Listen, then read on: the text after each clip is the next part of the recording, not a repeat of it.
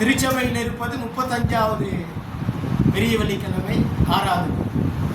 எனக்கு அன்பான கர்த்தருடைய பிள்ளைகளை, நீங்கள் அதை விட கூடுதலாகவும் இருக்கலாம், குறைந்து இருக்கலாம். நம்ம பெரிய வெள்ளிக்கிழமை நாள் வந்த உடனே உலகத்தில் உள்ள சகல ஜனங்களுக்கு தெரியும் இன்றைக்கு பெரிய வெள்ளிக்கிழமைன்னு சொல்லி. கிறிஸ்தவர்களுக்கு தெரியும், கிறிஸ்துவுக்குள்ளாக இல்லாதவர்களுக்கு தெரியும். அப்படியே தற்சமயத்தில் மறந்திருக்கிறவங்களுக்கும் ரோடு வழியாக போகும் பொழுது அவர்களுக்கு ஞாபகப்படுத்தப்படும் இன்றைக்கு பெரிய வெள்ளிக்கிழமை அப்படின்னு சொல்லி. பெரிய வெள்ளிக்கிழமைக்குரிய காரியங்களை தான் இன்னைக்கு பாஸ்டர் சொன்ன அந்த 2 அதிகாரத்தில் உள்ள விஷயங்களை நீங்களும் நாங்களும் சேர்த்து வாசிச்சோம்.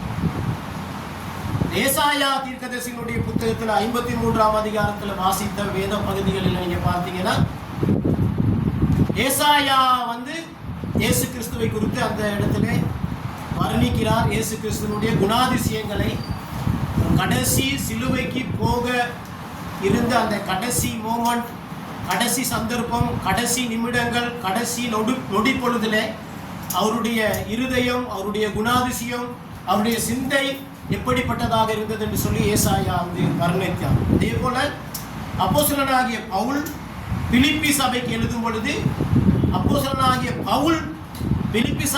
பொழுது, இயேசு கிறிஸ்துவனுடைய குணாதிசயத்தை பற்றி அந்த இடத்துல வர்ணித்து சொல்லுகிறார். கிறிஸ்துவுக்கு முன், பல வருடங்களுக்கு முன் ஏசாயா தீர்க்கதரிசியினாலே இயேசு கிறிஸ்துவை குறித்து சொல்லப்பட்டது. கிறிஸ்துவுக்கு பின், பல வருடங்களுக்கு பின்பு அப்போஸ்தலனாகிய பவுல் மூலமாக இயேசு கிறிஸ்துவை பற்றி சொல்லப்பட்டது. இதெல்லாம் எங்களுக்கு முன் அறிவித்தல். நான் நினைக்கிறேன், நான் 35 வருஷமா இதை கேட்டிருக்கிறேன். நீங்க எத்தனை வருஷம் கேட்டிருப்பீங்க உங்களுக்கு தெரியும். 34 வருஷம் பாஸ்டர் கேட்டிருக்காரு. நீங்க எல்லாம் ஒவ்வொருத்தரும் ஒவ்வொரு வருடங்கள் கேட்டிருப்பீங்க. ஆனா இதெல்லாம் எங்களுக்கு ஒரு ஆதாரம், முன் அறிவித்தல். இதெல்லாம் நாங்க இதை பார்த்து யோசிக்க வேண்டிய சந்தர்ப்பங்கள். ஆனாலும் எனக்கு அன்பான கர்த்தருடைய பிள்ளைகளை, இன்றைக்கு ஆண்டவர் இந்த பெரிய வெள்ளிக்கிழமை நாளில் எங்களோடு என்ன பேச விரும்புகிறார், அதுதான் ஜெனிவினானது, அதுதான் லைவ் ஆனது, அதுதான் இன்றைக்கு தேவைப்பட்டது. பல வருடங்களுக்கு முன்பதாக இருக்கிற காரியங்கள் எங்களுக்கு தேவை. அதெல்லாம் ஒரு சரித்திரம், ஆதாரம். அதை பார்த்து நாங்கள் அநேக காரியங்களை படிக்க வேண்டி இருக்கிறது. ஆனாலும் எங்களுடைய ஆண்டவர் இப்பொழுது ஆவியாக கிரியை செய்கிறார். அவர் லோகோஸாக மாத்திரமல்ல, லோகோஸ் என்றால் எழுதப்பட்ட வசனம். அதே போல ரேமா என்று சொல்லப்படுகிற, ரேமா என்று சொன்னால் கிரியை செய்யக்கூடிய வார்த்தை. இன்றைக்கு உங்களுக்கும் எனக்கும் தேவை, எனக்கு அன்பானவர்களே, கிரியை செய்வதை தான் ஆண்டவர் இந்த நாளில் எதிர்பார்க்கிறார். அதனால் தேவனுடைய வார்த்தையில தீமோத்தேயுக்கு எழுதும் பொழுது பவுல் எழுதியிருக்கிறார் என்னன்னு கேட்டா, வேத வசனத்தை பல்வேறு விதங்களில ஜனங்களுக்கு போதிக்கலாம். முதலாவது சொல்லப்பட்டிருக்குது, நான் வாசிக்கிறேன். சமயம் வாய்த்தாலும் வாய்க்காவிட்டாலும் ஜாக்கிரதாய் திருவசனத்தை பிரசங்கம் பண்ணி எல்லா நீடிய சாந்தத்தோடும் உபதேசத்தோடும் கண்டனம் பண்ணி கடிந்து கொண்டு புத்தி சொல்லு. பவுல் தீமோத்தேயுக்கு தான் சொன்னார். என்னுடைய வாழ்க்கையில நான் 35 வருஷமா ஊழியம் தான் செய்யறேன். ரட்சிக்கப்பட்டு ஒரு கிழமையிலேயே ஊழியத்துக்கு ஒப்பு கொடுத்து வந்துட்டேன். 35 வருட காலமாக ஒரு சில வருஷங்கள் நீடிய சாந்தத்தோடு ஜனங்களுக்கு உபதேசம் பண்ணியிருக்கிறேன். நீடிய சாந்தம்னா என்ன? விசுவாசிகள் எதிர்பார்க்கிற மாதிரி மேல் பூசலான உபதேசம், பிரசங்கம், விசுவாசிகளுக்கு ஏற்றதாக வேலைகளை செஞ்சு வைக்கிறது.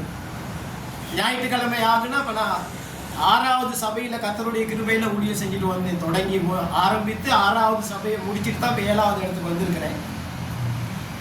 நானும் என்னுடைய மனைவி, என்னுடைய பிள்ளைகளும் ஊழியம்னா உயிர். சிஸ்டர் அதே மாதிரி தான் நான் பார்த்துருக்கேன். இன்றைக்கு நான் பார்த்தேன், மூத்த மகள் இதை போட்டுக்கிட்டு, சின்ன மகள் அங்கே ஒரு அரேஞ்ச்மெண்ட்டில் கொஞ்சம் ஃபுல் பிஸியாக இருக்குது. சிலிபஸ்லாம் அனுப்பிட்டு கழட்டி வச்சுட்டு வந்துடுறாங்க, அதை போயிட்டு சைக்கிளாக இருக்குது. இதே மாதிரி தான் எங்களுடைய பிள்ளைகள் சாந்தத்தோடு, அதாவது சர்ச்சுக்கு வர்ற ஆளுகளுக்கு எந்த ஒரு நோவும் இருக்காது, எந்த ஒரு வருத்தம் இருக்காது. ஒரு சில ஆட்கள் அந்த போட்டிருந்த கதிரைகளை கூட அந்த நேராக போட்டுட்டு போயிருக்க மாட்டாங்க, நேராக தான் உட்காந்துருப்பாங்க. ஆனால் போனது பிறகு வளைஞ்சு இப்படி இருக்கும்.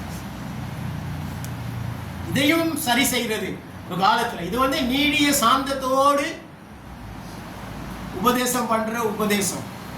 அடுத்தது நீடிய சாந்தம். ரெண்டாவது உபதேசம், நல்ல போதனைகளை கொடுக்கிறது.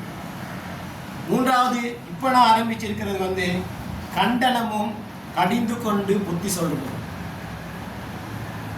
கண்டனமும் கடிந்து கொண்டு புத்தி சொல்றது. இன்றைக்கு சபைகளில கடிந்து கொண்டு புத்தி சொல்லுகிற சபைகள்ல ஜனங்கள் குறைவா தான் இருப்பாங்க. மேல் பூசல் ஷேப் பண்ணி பாஸ்டர் விசுவாசிகளுக்கு ஏற்ற விதமா, சில சபைகளுக்கு போனா பாஸ்டர் சொல்லுவார், பாஸ்டர் விசுவாசி இப்படி தான், இதுக்கு ஏற்ற விதமா பாஸ்டர் பிரசங்கம் பண்ணுங்க. ஆனா கர்த்தருக்கு ஸ்தோத்திரம், உங்க பாஸ்டர் ஒண்ணுமே சொல்லல, நீங்க யார் எவர் எப்படி இருக்கீங்கன்னு எனக்கு ஒண்ணுமே தெரியாது. சரியா? நான் ஜனங்களுக்கு ஏற்ற விதமா போதகம் பண்றது போதனை அல்ல எனக்கு அன்பானவர்களே. கடிந்து கொண்டு